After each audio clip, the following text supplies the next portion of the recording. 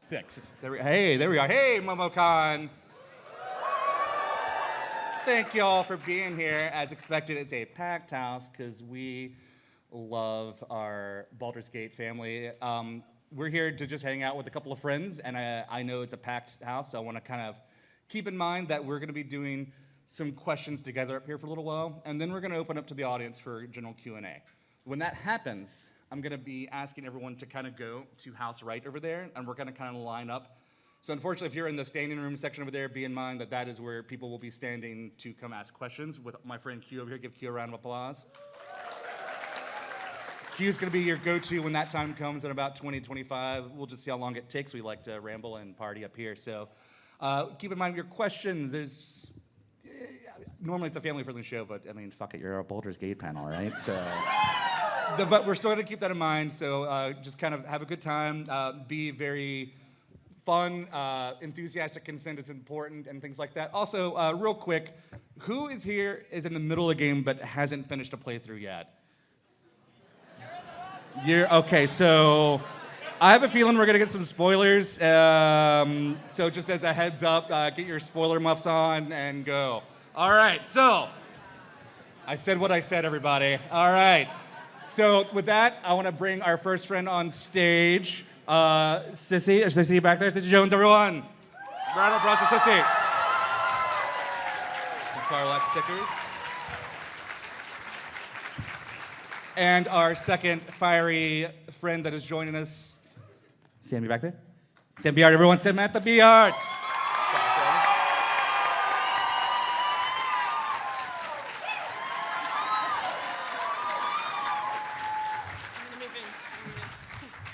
We'll figure it out. Practicing wrestler poses. Can I ask all the cosplayers to stand up? I just want to appreciate all of this amazing art. Yeah, listen. She said stand up. Can we get a round of applause? Stand up. Hell yeah. I'm not seeing a lot of giant brains, and I feel personally affronted. I'm not mad. I'm just disappointed. But you had Kronk over there. That kind of counts, right? The himbo of Kronk. So. That's awesome. Oh yeah. So friends, thank you all for coming out to MomoCon, convention life in general, and things like that. I always have a good opening, kind of let's level the playing field. We all know what you're geeking out about is Baldur's Gate, but if you are here at any convention, I want to know what are the things that you geek out about? Where are your fandoms? And they don't have to be nerdy necessarily, but what are the things that bring you joy and passion? Like, what's your particular geek? Guessing what someone's dressed as. I've made so many mistakes today. I'm so sorry, Zelda fans. If you're in green, you're in Zelda, okay? That's it. That's the rule. Wonderful. I love Artist Alley. I love seeing like how insanely talented people are, not only with the cosplay, which is amazing, but the art and the pins and the posters and the stuffies, and it's amazing. God. It's incredible. So the craftiness of it and just kind of see what people are creating. I can't do that. No. I'm like, how does a needle and thread work? Yeah. So I love it. I've had roommates who are like some of the greatest artists in the world that I'm like, man, you just like fall asleep and produce art. And, you know, but at the same time, he's like, yeah, but I worked on it. I'm like, yeah, but like I'm an actor, I'm a writer. Like your skill set is not my skill set. So I'm always enamored with my friends that do that. So it's that same kind of vibe. What about you? What do you geek out on? I'm a board game nerd. Okay. You're in like, the right that's my place. passion, Michael. Like, what was that? You're in the right place. Yeah, well, I hope so. They have that here. That's a thing that happens. It's a small room at the back. You've all got this. I'm going to go play some games. So fantastic. So with that in mind, we're all in the same house. We all love nerdy things. There were some Carlac stickers up there who dropped off some stickers, but kudos to who snuck them up there. Yeah, no one's going to lay credit for that. So right here, there we are. Wonderful. All right. Thank you. Stealthy. The artistry. That's what Yeah, I'm Yeah. I can't draw a straight line with a ruler, so I really appreciate what you Exactly. do. So Sam, question for you. We're going to kind of bounce around a little bit. Theater kid myself, background with Shakespeare and things like that. And I remember hearing an interview with you. You were talking about like Shakespeare didn't click until necessarily you saw it on stage. Acting didn't click. Acting specifically. Until I did you Shakespeare. until you saw Shakespeare. And that was like my first role was Midsummer back in the day. Nice. So there was just something about Shakespeare that's like, all right, cool, we're up on our feet and going. What is it that kind of clicked for you in doing that? Was there a specific show, the language, the presentation? It's the difference between it being on the curriculum and being told it's good for you when you're 12 and you don't really understand illusion or poetical language or Shakespearean ideas of constellations, which seem to be a lot of the jokes. Some of the comedies is not good, but actually seeing it with life behind it and interpretation and all of this three-dimensional, multi-sensory experience. I went, oh, it moves me. Yeah. It moves me now. This is what I quite like to do with myself. I was doing an English degree and went, this form of storytelling is awesome, but this moves me. And that's what I wanted to do. Storytelling obviously gets to take many forms, with that kind of background. And I think Shakespeare being so infinite, but also infinitely adaptable. Like I recently went to Sleep No More last year, which was one of the greatest experiences. They keep pushing back if you can go. Do you have any particular adaptations that resonate with you in this field? It's 10 Things I Hate About You. Oh, God. Do you know, I really liked Baz Luhrmann's Romeo and Juliet. It still holds up, one of the best. Yeah. It just worked for everything, like changing the guns to sword brand. Yeah, the long I was sword, like, that's a bit cheeky, but it did absolutely work. And it brought a whole new generation into this. And I thought actually, for a modern adaptation, I think that worked. Yeah. I love that. Yeah, that was the show that movie came out when I was doing my first show, and we're all like, oh, we can relate with it now in theaters and things like that. So that's wonderful. So I want to bring it back to Sissy. Now, Sissy, you have voiced. If I were to read off your background, we'd be here for the entire hour. But I want to kind of highlight some of my personal favorites. It was Call of the Sea, which I think I did in a single playthrough. And obviously you got the BAFTA for Firewatch, which again, single playthrough. Darksiders 3, we're going to be doing Owl House tomorrow and things like that. The Wolf Among Us, I'm huge for that. Comes back to The Walking Dead as well. But with all the work that you've done, no doubt there's someone out here or anywhere that you're inspiring. Oh. What was the single thing that kind of inspired you? And did I hear it correctly? Was it Nancy Cartwright? Oh, amazing, yeah. It was, before I became an actor, I worked in the Silicon Valley. Yeah. I was a working stiff. And I was doing 120 hours a week for people who cared about stock price. And I was super miserable. And I was talking to my husband, and he was like, well, what do you want to do? And I was like, I don't know. I just want to be a voice on The Simpsons. That sounds rad. Yeah. And then 2 weeks later, it was like that cosmic zipper. If I've always found if I'm on the wrong path, I just keep hitting a steel wall over and over and over again. But when I find the right thing, it's like the universe goes zip.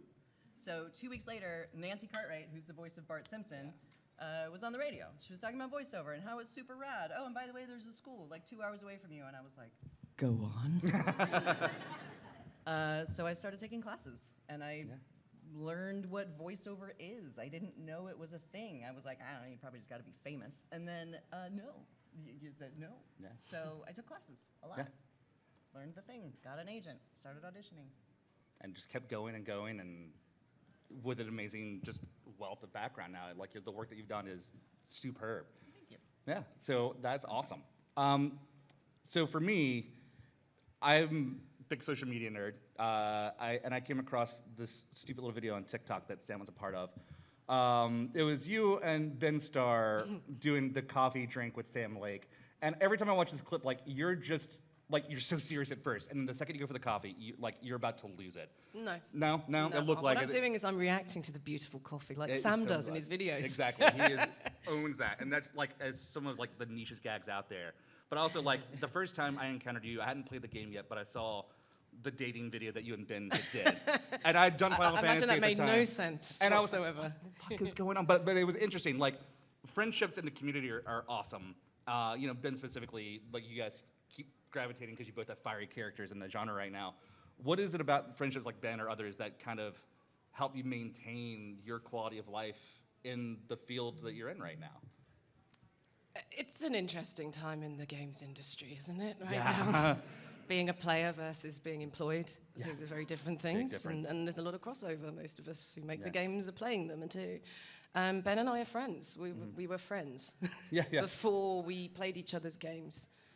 He sort of just skipped up to me one day and we hung out, and you see the rest. We did a Future Games show, which was the first time we've ever performed together, and that was because of that viral video. Oh, wow. Yeah. And people say, oh, they're reunited, and we've never been in the same room together. So I've got, if you follow me at all, I've got a little Twitch show called It Takes a Village, which gets uploaded onto YouTube, where we shine a spotlight on the people that make games, because they don't get their flowers ever. They're getting fired a lot, or they burn out and they don't get to tell their story. And I think it's really important that we start documenting them, with people are aging out now, you know. Yeah. And for me, and just for life generally, find your people, find the good ones and keep them. And really that's the life lesson, I would say, that find your gang, and you will nourish each other in there. It doesn't really matter when it comes to work, when you've actually got good people around you. Yeah. And we found that. And then the other things, we were talking about the lack of gatekeeping, certainly in the UK scene. You'll have a composer that will get you an audition. You might be able to hook a dev up to a new company. You know, we're all just networking, but in this super friendly way, because we're all fans of each other's work. There was a mutual screaming match between me and one of the writers of Disco Elysium the other week. Nice. Yeah, just the shared joy. Yeah. I love that. There's just something to say for like the comparison aspect of like, oh my God, I love that you're just celebrating the work that you're doing and sharing and just kind of lifting each other up. And that's something I see specifically out of the cast of this game that we're here for, but also like we're just kind of seeing that shift in general in the industry, it seems like. So yeah, kudos to that. I think that's the weaponizing of social media. I think that would have been impossible just a few years ago, not even 5-6 years ago, really. Yeah. So my question for Sissy, because we're talking about you guys play your own games. You are self-professed not a big video gamer. I'm a terrible One of the worst. So bad. So where I'm do you... all thumbs. Yeah, hey, for the Nintendo days and Mario, that was golden. That's all you needed. But now all these controllers. No, there's too many fingers. So where do you go when you need to, let's say, disassociate or just reconnect with yourself? Like, what is your kind of like, I'm going to bring myself down and kind of reconnect with yourself activity, hobby? You're going for the deep cuts here, I'm softening it up. It's fine. I mean, I like a lot of like dumb little mobile games. Like, have you guys played Donut County? Everyone in this room has played Donut County. I love it. You're in the right house. I love that game. I just started Spiritfarer. I stayed up until 4:30 in the morning the other night, which was real smart. You're a gamer, by the way. Congratulations. Yeah, you are a gamer. It's official. I know. One of us. So bad. I watch TV with my husband and. What's one of your go-to series that are like we all have comfort food, right? So what's your comfort series? We just finished Shogun. I still need to start that. It was really good. Oh yeah. Good. I don't know. I like watching all the weird sci-fi shit and like historical stuff. Yeah. I dig that. Well, I have a feeling we watch a lot of the same things. We'll talk about that later. I love that. Probably. So bringing up sci-fi is a good segue for my next question because Starfield was a big project for you, and then obviously Baldur's Gate. You both have done these projects where you were kind of in this silo or this vacuum, and you were just kind of creating. This is the first time we have ever met. Yeah, exactly. I laid eyes on her yesterday, and I was like, "Hello, I believe I flayed your mind." Yeah. Nice to meet you. That's exactly like you're kind of, especially now in this post-pandemic age and things like that. Everyone's isolated and siloed, and you're working on these characters for years with Starfield, with Baldur's Gate 3. 8 years. Yeah. Oh wow. For Starfield. Before 8 years. it even hits the public eye. That's going to be some sort of record. There's got to be. So when you're embodying that character for so long before it even touches public consumption, interaction, you're doing it for yourself as an actor, as a performer, but like with the stage background, there's something about like, oh, I like the audience feedback and things like that. How weird is that to go so long with just the director and the people in the sound This booth? is actually the first time I've seen human beings in like a year and a half. It's great. And you're going back in the box after this. Back in there. Yeah, sure. It's an interesting one because it's such a small scene in the UK. I was bumping into people that I hadn't seen for 5 years. Oh, wow. In the Velcro. Oh, you did the mocap stuff? You know, that sort of thing. Sorry, what's the question again? Well, it's just like how, like the isolating aspect of it before it even hits the public eye. Like you're embodying a character for years. Faith, Yeah, pure faith. Pure faith. I take projects that I have faith in. If it's not often. If it's bad writing, I'm not going to do it. So if I'm doing your project, it's because I think it's excellent and I want to be part of it, and I think it's great storytelling. And particularly with Karlak, I was like, well, this is going to be quite, like Baldur's Gate 2. It'll be popular, but it's not going to be whatever. This. Yeah. And it's come on, he's kidding. It's a bunch of nerds playing in the D&D. Whoever's heard of that? But it was just, I knew the character would be solid. Like I knew like maybe in a year or so someone will go, I saw you in that game, it was really good. And they thought, this is great, but I didn't think it would be iconic. Yeah. And that's why you never phone it in. Yeah, you never And know. that's why then, like, literally the night before anything comes out, like, we are the last to know everything. Yeah. We never know. We get our scripts the day of. We never know who our co-stars are unless you're on a mocap stage. So the night before anything comes out, I always feel like sick to my stomach, and I'm like, well, I hope it doesn't suck, because you never know. You don't know. You never know. And like, I've had things that have been like huge, and I've had things that I worked on for a very long time, and like nobody sneezed at them, and I'm like, okay, it's just part of it. It's just part of it. It's you're giving so much, hoping that's best, and like you go out there and like, oh, I know this is the best performance, but the audience is going to be different, and the audience is going to be, especially now in this super connected social media age, where like to your point, like you weren't sure how successful this would be because you were kind of living in that, and then boom, here we are, fucking nerds, am I right? And you guys are the best, we are the best, and so now we're kind of taking that together and just running with it.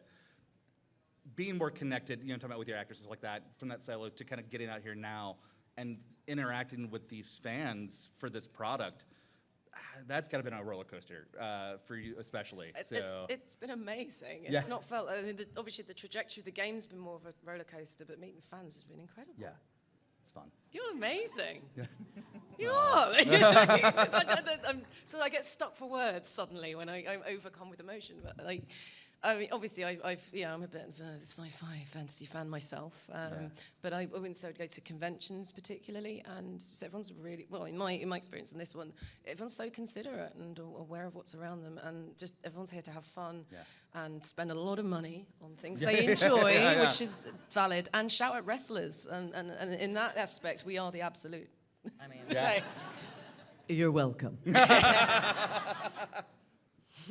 Sam, I want to kind of get a little bit personal here. So, Doctor Who, especially in the first Russell T Davies era, was super queer, and for many people, there was a queer awakening.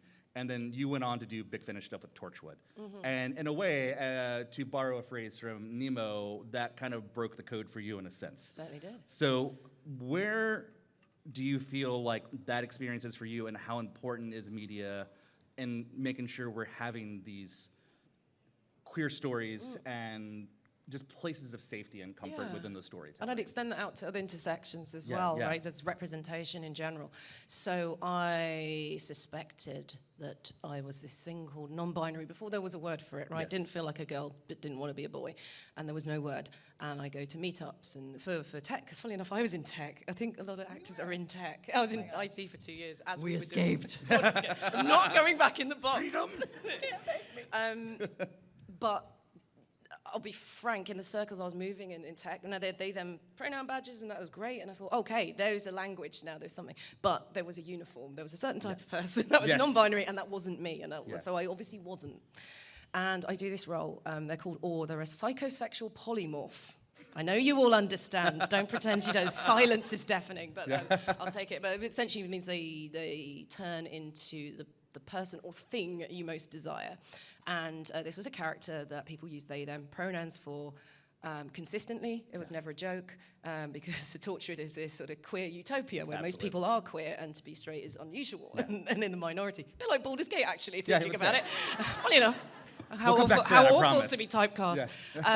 And I was addressed with they, them pronouns in the booth for the whole time. And I thought, well, this is very comfortable. And that was the awakening. And that actually through the art, through role playing in my own way, even though I was the performer, that I had the same experience as a lot of people do. And as a lot of people did playing Dragon Age and Mass Effect and safe places to try and fail and try again. Yeah. And it's just wonderful. Don't want to leave. There's that sense, especially with video games, you go back to any game where you can create your character and create this avatar for yourself, and seeing how many of my friends personally have gone through their own gender identity and their journey, starting out there, because video games kind of do you get to be these safe spaces where there's no judgment, and you get to create that. And so, Which wasn't by design. It was Yeah, exactly. Yeah, originally here when we they are said now. choose your character, Yeah. it wasn't like explore your gender. Yeah. Now it is, isn't it wonderful? you get to try it on, and I think that's fantastic. And so, to kind of expand in the greater conversation of the voice industry, there are challenges with finding your own identity with the industry. I know you've had lots of challenges kind of going through, and then you've gone through so many journeys as well.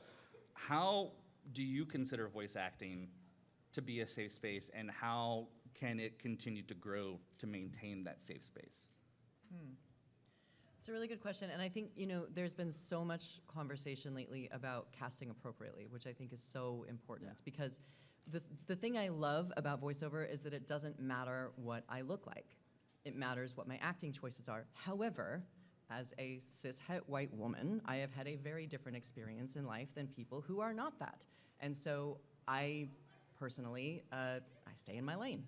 And I think there's a greater push to do that, or at least to explore the fact that it doesn't have to be the same 5 people in everything.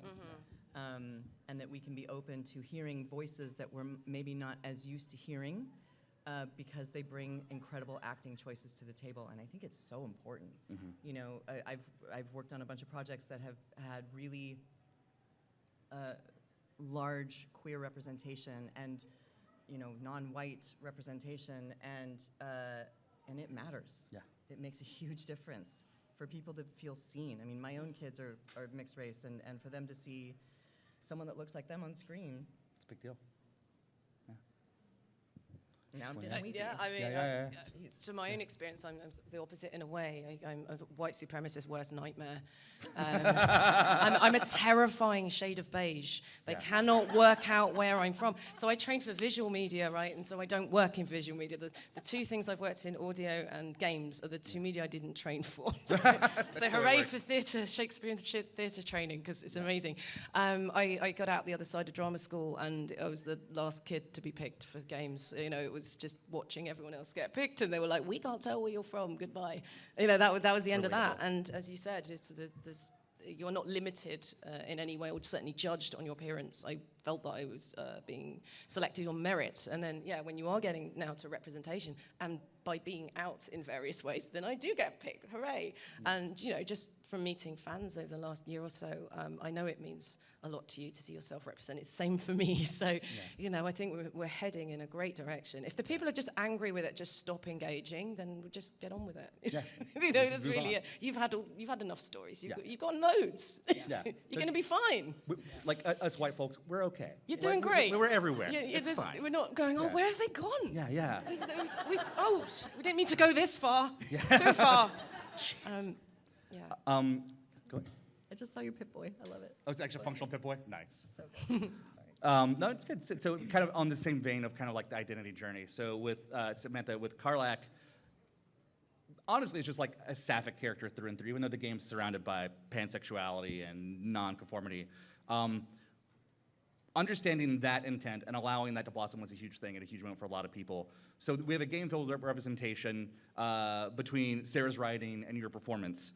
How important was it to ensure that it wasn't all about comp het with all of these characters and the not so much like the greater story, but like the individual stories that you were presenting forward? Well, as you know, it's all baked in. So the way we were doing dialogue trees is if we were, it wasn't often, but if we were using pronouns, we're doing they, them on the same day. So you're getting it all in there. And then it was always obvious, they said, you're romancing the player, and I know the player can be anybody. So you're sort of imagining a amorphous blob. And so I knew that Karlak, obviously would be supposed to be appealing to everyone. Yeah. What I found as a fan of Dragon Age and Mass Effect is what happens is someone at executive level we've got to the romance and they've gone, girls aren't playing this. So what happens is you've got this otherwise quite physically strong top-down vertical play. I'm going to go physical now, right? Very strong, what might be associated with masculine, suddenly breaks the line and starts doing this and twirling their hair, and you're like, what's this? Who is this person? It's not for me, is it? Yeah, exactly. So I knew that she's so beautiful. She's going to appeal to the mainstream, right? And I just wanted to make sure I didn't screw up for our Sapphic players because I feel they've been let down every time. You just get to a point. Jack, should we talk about Jack in Mass Effect? Really? Jack was always about to bring up. Jack looks is one of the like best worst. a contemporary lesbian, right? Like they've made her look like she exists today, and then to go, I'm not into chicks. Voiced by Courtney Taylor, who was also Nora in Fallout 4. Yeah. One of my best friends. Amazing. This is more about the writing rather than obviously the actor at all. But it was just such a shame because I thought, there are other people that play this, right? So with Karlak, it was like I have the opportunity to play a character that could become a queer icon. Yeah. Let's do it. That was it. So, but that was my own personal interpretation, and obviously, that makes no bearing on how you see her or how you play her. But I just wanted to, as a creative, just add that in, just make sure that she didn't break the line all of a sudden and then put a foot out. She's more teenager, sort of flappy when she gets nervous. So.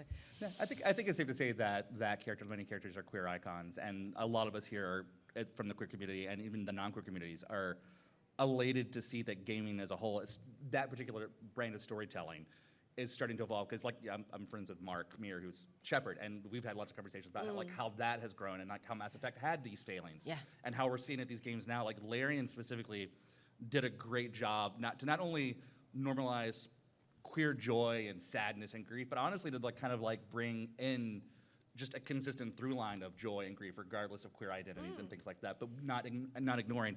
And that was a big deal. And with you working in the silo to create the game, how did you think this could be impactful with both of your experiences with this community once you got to the other side, specifically for ensuring that we had all of this representation from queer and straight across the entire spectrum? Like, you wanted to make sure people were a part of things. How was that when you were working on it? Well, I flayed their brains. Exactly. Yeah. So I had such a different experience on this game because I wasn't a giant brain. Yeah. I was not on the mocap stage way. as a giant brain. I'm just, listen, shocking, I know. I've been lied to. And I was, I recorded from my home studio in Los Angeles. I had a very different experience, and I didn't know what this game was going to be. I knew it was a D&D game. One of my Especially from your little friends, corner, yeah. One of my very good friends works at Larian, and he was like, "Yeah, we're making a little D&D game. It's gonna be cute. Just a little one. Just a tiny one. It's 100,000 endings. It's fine." But when it came out, and I started to see the reaction from people, there's a large crossover between the Owl House fandom and Baldur's Gate fandom because representation fucking matters. And so it's been beautiful. It's been really neat to watch people find themselves, find their people, find community, and be out and proud. Yeah, it's awesome. 2 events, I think. BAFTA Games in the UK are the only body of the industry body that are really paying any attention to games, and I never had to prove myself to them before they put me on a stage. So 2 weeks before I'm allowed to say I'm Karlak, which at this point I don't know. At this point, I'm in this game that's coming out, and it'll be fine, but no one's going to play it. Not here in a few years' time, that was okay. And myself and David Menken, incredible actor, if you know him, were asked to do like a one-on-one interview series thing for BAFTA. There's bits of it on YouTube. It's a lot of great conversations. I Shame they didn't do the whole thing, but it was great. But we sort of sat there, the audience was entirely queer, and we sat there and going, "So, who's your favourite leading non-doomed queer character?" And it was industry, and we sort of sat there in silence. And there's one game that Glad consulted on. Yeah. There's one game at that point, and I'm going, if only I could speak. There's this game coming where everyone's gay. everyone, and they're heroic, and they don't all die. And, and I can't, and I'm going, and no fridges to be found. I begged Larry, can I play? Like, no one cares who I am, they don't know. You were so close to the release. So close. And I didn't realize it was 2 weeks late. Yeah. So that was one, and I knew, because everyone in the room's going, and they're not only gamers. Was deafening. They make it. They make the game, so they can't go. And then the next one was just looking around the room one day. So the setup was actor auto cue, which was you. We're acting to you. And then to the side, there'd be a voice director, a movement director, a mocap engineer, and an audio engineer, so a team of 4. And most times I'd look around and everyone in that booth is queer. And they're young and they're having the time of their lives. Wonderful. I remember there was a young trans woman, so many bisexual men. All the men are bi. I don't know if that was because of the dialogue or they were before the game or what was going on. But to be fair, one of them, the gateway drug was Dragon Age. He discovered that he liked boys playing Dragon Age. And a non-binary person. And I'm going, we got the full bingo. Yeah. This is going to be great. And obviously, let's do it. We're going to do it. We're going to take the gay agenda has begun. Let's do it. And we knew clearly the writers are queer or queer adjacent, and we're European. It's Belgium. Like anything goes. Have you seen Eurotrash? You're probably too young. But it's just. They obviously wrote it with that in mind, and it's not. People were saying player sexual. Have you heard what the Origins say about each other? They're all down to clown, and it's all good. Everyone, they don't care. Days to live before the head explodes. Yeah, You're so welcome. just thank you. Yeah, so between that one BAFTA thing and just looking around the room and just going, yeah, I think we're doing it now. This is happening. It brings to your point, like casting the right people. Yeah. It comes down to that, It matters. and having the just straight from the get-go have But you the know right what? people. Through all the layers, right? Yeah, exactly. It's not Intersectionality just- through yeah, every yeah. layers, because I think that's what film does a lot. Is it We're getting there. puts everything on casting, but not behind the scenes, and then sometimes there's that little bit of doesn't quite match up. Yeah. And it's not queer baiting, right? If you actually have queer people making the stories, you're not just doing it because it's cool and you're gonna get some likes. But like if you actually care and you make the story like with heart and you make it legit, like yes. And guess what? Like once you have like lots of the same type of people represented, they're not tokens anymore, and then you can explore stereotypes and things like that. Yeah. Fantastic. Well, we're gonna hit the Q&A portion. Q, where you at? Q? Where's my question friend Q? Where'd he go? Quentin? Where's my runner? He's No? run. All right. We scared He's him gone. off. Is he down here? I Quentin, flayed come on his down. brain. Quentin, come on down real quick. Did you flay him? I flayed him. No. God. What are I you asked like? you not to only 6 times before this. So. Obey. All right, Okay. so if we can, orderly, I'm going to ask one question, and while we're asking this question, go ahead and start lining up along the wall over there, and he's going to bring you up to this microphone. So if you can, kind of go around and start lining up, and we'll start taking Q&A questions. While they're doing that, and while Sissy drinks his water, because a question appropriately timed for you, I've got friends who have taken, or a friend that have taken voiceover classes and things like that with you through your workshops. And what are good habits that any voice actor or artist could have to get started, to maintain? Because like habits are hard. Yep. What are some of the best habits that you could recommend someone to kind of create a good foundation? Number one, I don't care if people tell you you have a good voice. Doesn't matter. Yeah. It matters what you can do with it. The number of people that come up to me and they're like, someone told me once that I have a good voice, I should do voiceover. I don't care. Yeah. Because you know who else has a good voice? Everyone else. Yeah. So learning what it means to act without the luxury of body language and facial expressions Huge deal. is a big deal. Vocal health is really important. If you have not heard of the voice straw, my friend created this. She's Miley Cyrus's singing coach, and she works with all of these people. But she started noticing all of this damage that was happening to people's cords, and so she created this straw to help people take good care of their voice. And also read your contracts. Yeah. Oh, yeah. 'Cause there's a lot of shit coming up in our Yeah. contracts, and if you don't want AI to take over your jobs, maybe don't sign it. Yep. I was going to ask about that, but I know that one of our other panelists is going to go deep into you with that. But that is a very, very important point. Like AI, not great right now. Yeah. So thank you for calling attention to that. Are we ready over there? All right, cool. So we'll bring up our first question from the audience. Oh, hello. Look at you. Cute. Is that on? We don't have the microphone on Sorry, over there? wait a sec. We can hear you, but Audience cannot hear you. yeah. We'll just No, it's repeat still- it. You We'll can- repeat Yeah, it we'll back. repeat That's it fine. back Yeah. to you.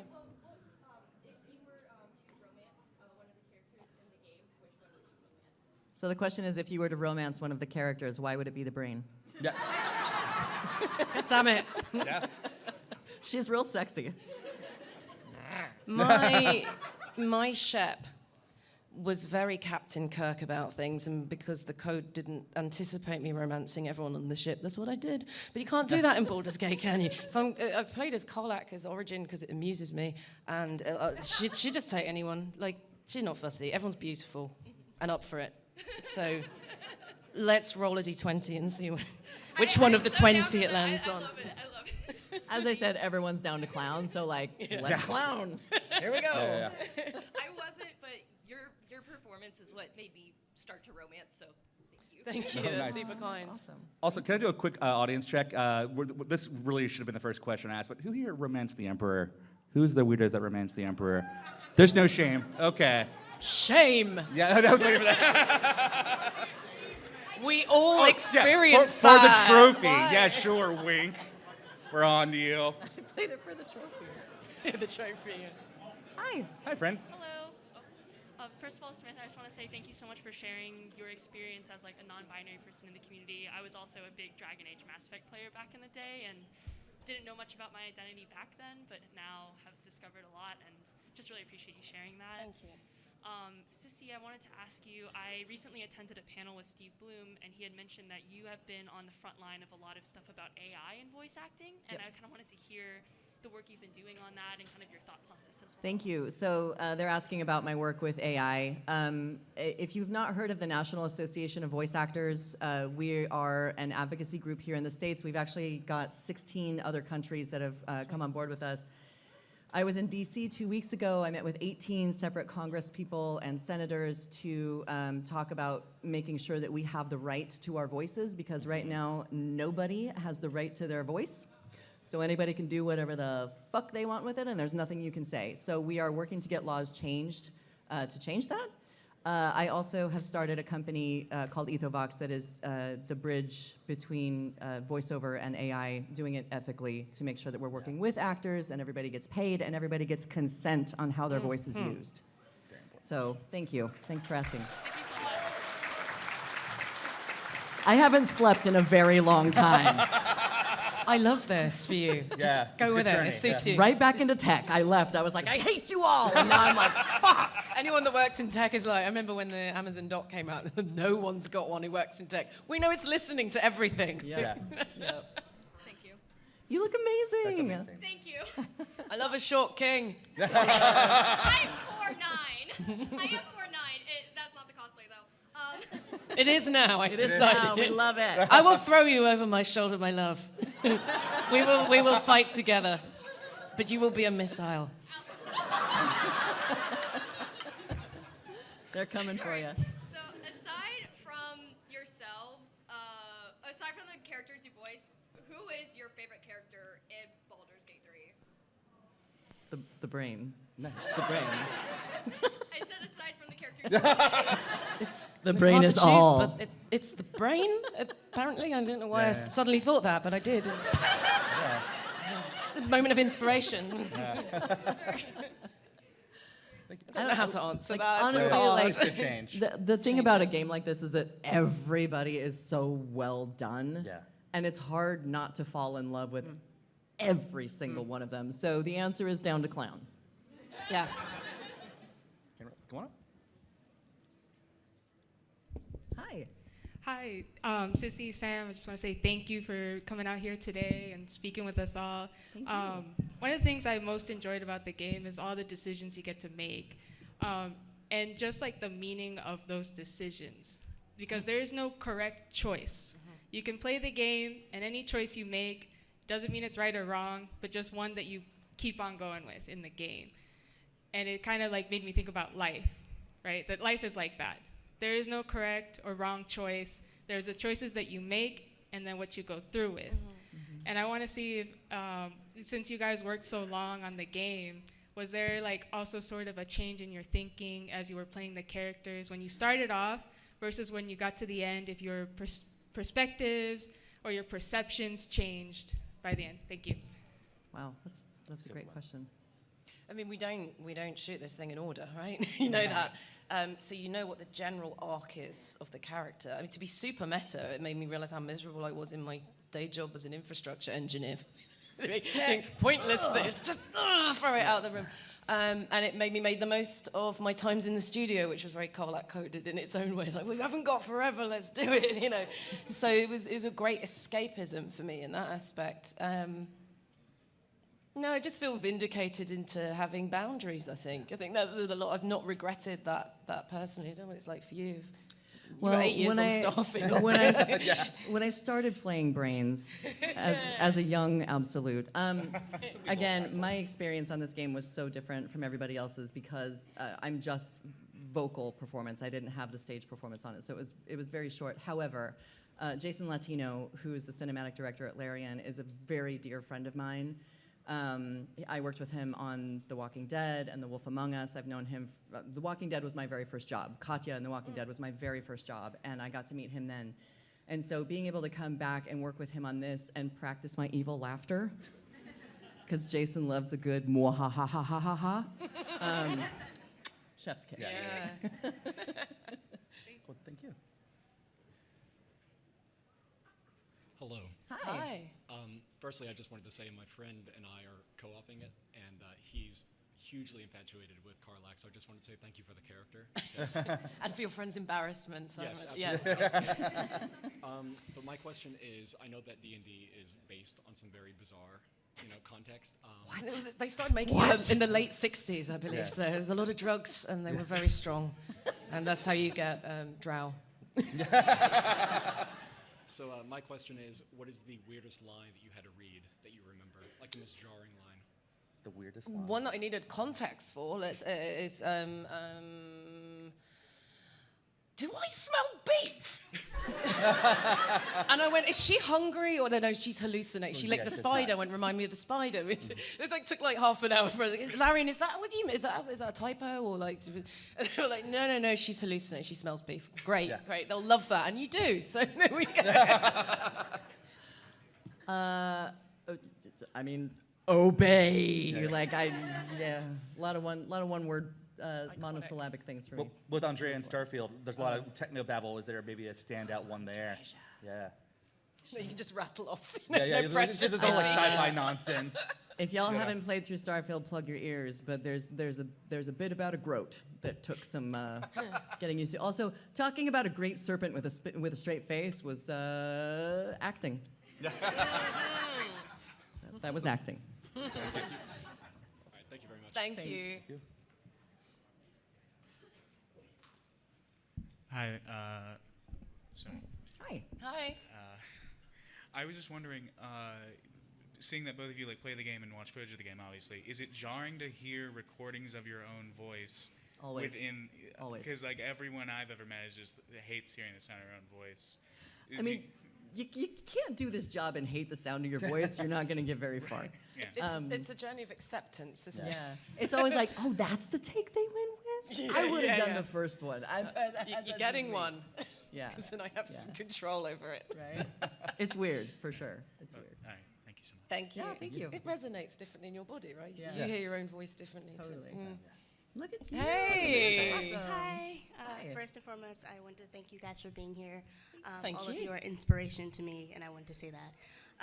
And just to keep it short, what challenges did you have while voice acting the game, and how did you overcome it? Mine's short. There was a lot of oh, I'm in pain. Oh, God, how do I say this word? And so, again, I'm in a silo in my home studio in Los Angeles, surrounded by no one. And I had to, grip my hands really tight and be like, whatever the line is, I can't remember right now. And it was exhausting. One word, and I'm like, I'm gonna need 5 guys. Because it was stupid, but really physically very weird. So I, as a theatre trained actor, I'm coming in from the physical first, and the voice is a result of that. They kept changing Karlak when I came in. So I wasn't Karlak in early access. That was an actor called Shyla Nix. Then they decided to change the character, and she just did the one sort of recruitment bait, as I like to call it. Oh look, she's got a tadpole, but she's not coming with you. So that was done years ago, and then they didn't really think about it. And then as they were doing acts 2 and 3, then I came in then, and she was a bit of an edgelord, and I think quite similar to Lae'zel actually. And I say that, but Sarah Bayless, Karlak's writer, has confirmed that too. Too similar to Lae'zel. So we had her become more fun. And then she was a little bit too much fun, and a little bit like Minsk, as far as I can tell. So we got the idiot airhead. We've got one. Could I be a bit of an airhead? But also, if I keep bragging about this and we roll a 1, you've got a different character. So we now we got something in the middle. So we've got someone who can be an edgelord, but we'll paint it with jokes and laughter until she punches you in the face, and it's all good. So that was an interesting. Well, it's always the way, but it's because of the way the development cycle happens. Is it gets cleaned up, it gets put into cinematics, it goes through testing, and then it comes back, and so that can be quite a long way to find out what works, what doesn't. But the great thing is we record it like a choose your own adventure book if you read it in order. And so you're jumping around. So it was actually easy enough to pick up and work on just one-liners here and there. So it's just settling in, I think, at the beginning was difficult. And as I said, the voice will change with the physicality, if that makes sense. That does make sense. Thank you for answering, both of you. Thank you. Thank you. Thank you. Hey, soldier. What? You look amazing. Thank you. Thank You you. look awesome. So my question is, what part do you feel like most overlapped with your character? I mean, Well, mind to- playing. Mind play. Brains. I have a big red button for injustice. I get the red mist. It's very motivating. It's a fight against the world, but that's my thing, and I totally understand that part of her. What's nice is playing someone who's the biggest, strongest person in the room, and fearing nothing. I guess that's the least thing I have in common with her. But seizing the day, making the most of what we have is pretty universal, right? And I think that's why she's resonated with so many people. But yeah, I think, like I said before, like with the day job, just go, we've only got so long. I've got to go back in the box. Let's have some. So it was really fun and full of momentum playing that character. Nice. I can Thank honestly you. say I have no overlap with the brain. None. What? None. You sure about that? Well, You sure I do about love that? worship. Worship me. Thank you. Thank you. Thank you. Hello. Spike? So my question is with all the dialogue in the game, do you have a line or a bit of dialogue that you wish was more popular or that more people talked about compared to like some of the more popular scenes? Only because it's so well hidden and it's a spoiler. Oh, God. I'll take you through it, but I won't say the line. Well, I finished a playthrough. No, so you if- haven't played this version, have you? I'm telling you about a version that a few people have uncovered. If you, for some reason, decided to align with Gortash and have Karlak on, there's a bit in an encounter with yourself. Yeah. You're welcome. Oh, yeah.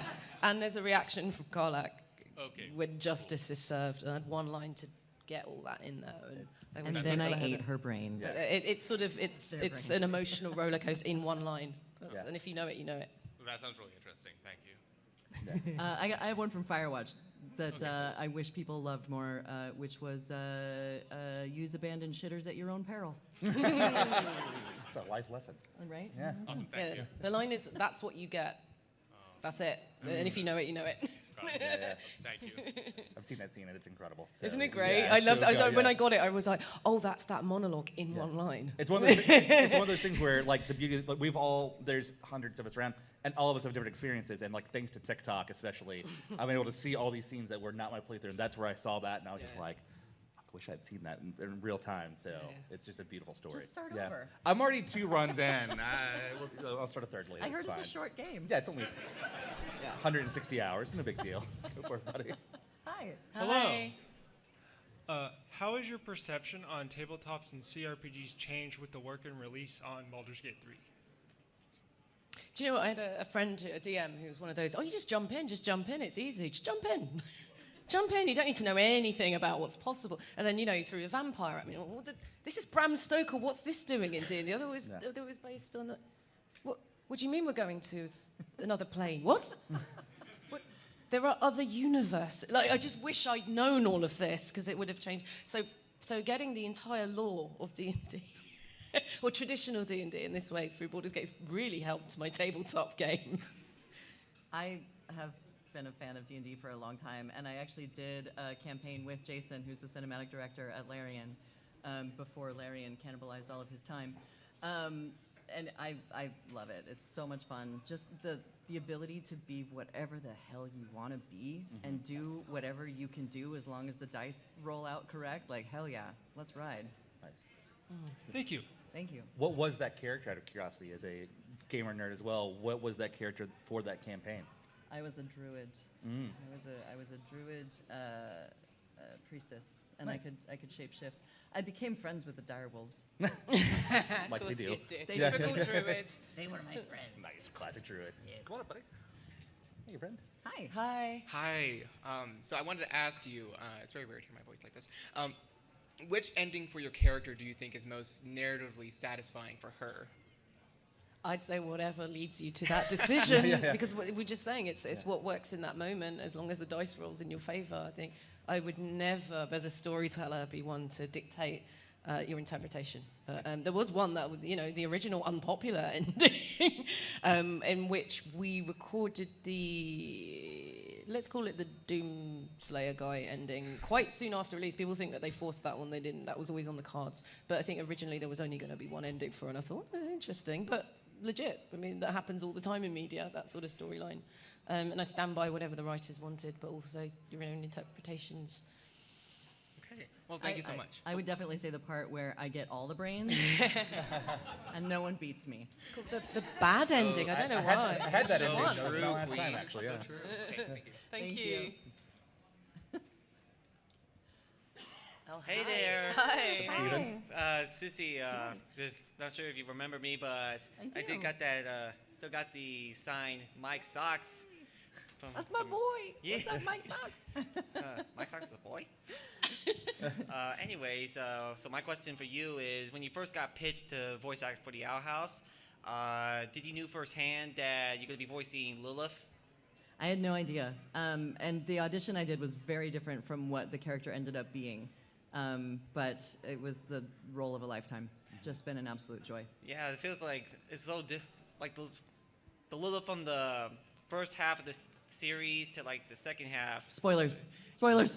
Cover your ears. but also like is it like the same from the pilot, or did you get the chance to voice the pilot? Yeah, I did the pilot, and it was incredibly different than what it ended up being. And I'm so eternally happy that I got to work on it. Yeah. Just Sorry a joy. for slipping in a second question. I might be cheating. That's all right. But one thing I want to say is that thank you so much for everything as Lilith again. Thank And I'm with you on what you said. All of us have found each other. I just feel like, well, this is my first MomoCon, so I feel like I found my people. Yeah. Nice. Thank you. And also a real quick plug for Sissy. We've got an Owl House panel tomorrow morning at 11:30. So Owl House here specifically, come check it out. It's Sissy, Dana, Sarah Excuse me, Nicole. it is not an official Owl House Oh, that's panel. right. It There is it the is. Hoot Hut and Rat Eating Festival. It's totally not Owl House related. Not Owl House. Please be kind. Thank you. Thank you for that stuff. Hi. You look amazing. Thank you so much, you incredible. two. I wanted to thank you first for coming here. Baldur's Gate 3 and Karlach in particular have been really inspiring to me. So as people who are character actors, and for you also did like physical movement as well. What voice line or moment did you think was most impactful on you as a voice actor, or most emotional? Yeah. The short answer is the post-Gortash fight scene, because really that's what she's feeling the whole time. Yeah. And covering it up as people with trauma do, with, let's talk about literally anything else. And that was always bubbling away. So that was when we got to it, it just kind of flowed out like lava, because it's been wanting to for months at that point, yeah. Okay. Brains, flays. I got nothing else. It doesn't have to Do be you know what? I Baldur's love Gate people 3 with a living. passion, Okay, thank you so much. Thank you so much. Thank you. Oh. Hi. Hello. Hi. Oh, that's how I sound. Oh God. I just want to say, like, Karlach is definitely like my favorite character, which is a very hard decision to make because she's like a big teddy bear for a character, honestly. Big angry teddy bear on fire. Yeah. Don't hug us. Autobiographical. Absolutely. And I'd say just with the base character, even that you make, there's definitely a lot of amazing moments you have of her. And without spoiling, I'd say my favorite was definitely the scene where you have an option to hug her. And for a line that had the least amount of dialogue, it definitely felt like it had the most about to say. But I would say just between all the characters, because there's a lot of many different options, how would you feel she would best have the chemistry with? Like, not just with Will, but like her best interactions between all the different cast members, I would say. She really has a lot of respect for the female fighters in this game. I think particularly Lae'zel and the Drow. You can play a Darklack run where you romance her. Highly recommended. Oh. She just doesn't have to have good influence. She's angry about stuff. I mean, you've heard a lot of those banter lines. There's some great stuff in there. It's really hard to choose. But I think her and Will are ride or die. That's not the answer you were looking for. But that whole thing about her, she says, he has sacrificed his life for me. I don't think I wouldn't have done the same. I know I wouldn't have done the same. I owe him everything. And maybe for for a very long time, she's not had someone put themselves out for her. So she's just permanently, you know, blown away, feels that she owes him. And, you know, there's certain bad decisions you can make for Will, and you see how she reacts to it, as well as if you romance them. I guess it would be a Will origin run. Yeah, if you cheat on Karlach with Mizora. Yeah. Oh boy. Oh boy. Funny enough, she doesn't take it too well. I don't really understand. I thought we were all pan here, and we're all in lots of multiple relationships with Halsin. Yeah, oh God, right? Just Halsin. Halsin's our poly queen. He's the poly corner there in a lot of ways. The hinge. Just his own corner. Bless him. No, she's not too keen on that. But yeah, she's really ride or die for Will, I think. Yeah. All right, well, thank you.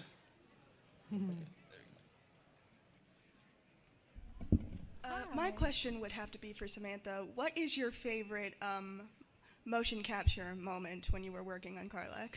Oh, this is good because I get to actually give credit to the person that came up with it. There's a famous fist pump. Famous fist pump in the game. So you ask Karlach on a date and then she turns away from you as if by turning away from you, you can't see her anymore. And she goes, yes. And it's really cute. And that was totally scripted. And that was a director called Gabriel H. Zonana. He's from Brazil. He's wonderful. And came up with a lot of the original setting of Karlach's physicality, and that was totally his idea because we're not allowed to walk around in that. It wasn't set up for us to wander around. You had to stay on the spot. So it was a lot of rejigging just to turn around on the spot and go, yes. So that was my favorite. Yeah, it kind of reminds me of that moment in Barbie where Ken just goes, sublime. Yeah, very much so. Yeah. Okay, thank you so much. Thank you. Awesome. Afternoon. Hi. Hello. Both of you are awesome. I'll Thank be you. quick with my questions here. In each of your playthroughs, how many times have you pet Scratch? All the time. Yeah. As much as it'll allow me. Do you not? Can you, like, why wouldn't you? Because you upset him. You can The upset answer him. is yes. Always. Yeah. That is the answer. All the pets. All the time. Thank you. I was, when I did my Dark Urge run, that's the one thing I couldn't do. I was like, no, Scratch, you have to be my friend. I'm I sorry, had a line can't. which is a very evil response to Scratch being dead, and I don't think anyone's uncovered it, and I don't think they've implemented it, because I remember going, you really? You want me to say what? Because I could would like to be liked. This is a bad line, and everyone will hate her. Please don't publish this. Please don't do this. Hi. Hello. Question specifically for Samantha. So, as a fellow Dragon Age fan, what is your favorite origin from Dragon Age Origins? Oh God, it's been a while since I've played. I'm trying to think. I think I was. Oh no, were you talking about who did I romance or who did I play as? No, like the starter origin for like Dwarven Noble or like City Elf, etc. I think I the played first game. very similar looking to Karlach, fully enough. A big girl with horns. Yeah. Who no one fancied because everyone's an elf racist in the game. Is it? That's true. Kunari? Kunari, yes. Yeah, I played Kunari and they're like, I'm just not into it. And I was like, right, me and Joseph, me and my secretary are going to have a sordid affair. It was quite depressing, but they also had to respect me, so. Yeah. The Inquisitor. Awesome. Thank you. Inquisitor. And heads up, everyone, due to time, this will probably be our last question. I thank you all. If you're in line, make sure you come back and check them out at the table, if possible, to come have your conversation. Friend? Hi. I just wanted to say, sorry, this is another Karlach-specific question, but I just want to say thank you so much. I don't know if you're aware, but for a lot of disabled people who have played Baldur's Gate, Karlach, with her Infernal Engine as a heart and her chronic pain, have been kind of in a symbol and something to identify with. I just want to say thank you. And did you happen to be aware of that? And when you were, is that something you anticipated, or did that just come out of the blue? So I don't know how much you follow me or interviews and that. I've alluded to a chronic illness myself. I found out 2 months before I started on Karlach. So rather than going, I'm exploring that, it was she was an escape from it. I was medicated. I was okay, and we got through it. The medication was kind of a bit like soul coins, if we're going to go into it. I was like, these are really bad for me, but I love them and I have no pain. As I said, I knew the writing was solid. I didn't think we would reach everyone. I mean, she's really such a universal character because it's not only, I mean, chronic terminal illnesses, you've got PTSD sufferers are finding themselves in her, and people who've just come out of a really bad relationship and when I was in hell for X years, you know. So it's just been, again, I was so well served, not just by the writing, but by the teams, the hundreds of people who created, refined, tested, fed back, and the players themselves. And it's just, what a gift to be given to be in this and have such a great character. Thank How you are so you much. doing? Are you okay? Yes, I'm doing very well. Good. Hoping to get a custom wheelchair sometime soon. Awesome. Yeah. Thank you. All the best to you. Thank you all. All right, friends. With that, we've come to the end. Thank you all for being here, for sharing the last hour. One more massive round of applause for our Baldur's family up here. Sissy and Samantha. And for our moderator. Yeah, thank you. Thank you so much. Go out, enjoy MomoCon, and we'll see you at another panel in an hour. Everyone else have a great day. So y'all take care, everyone. Thank you. Good luck keeping your brains. Don't mind if we grab a quick selfie?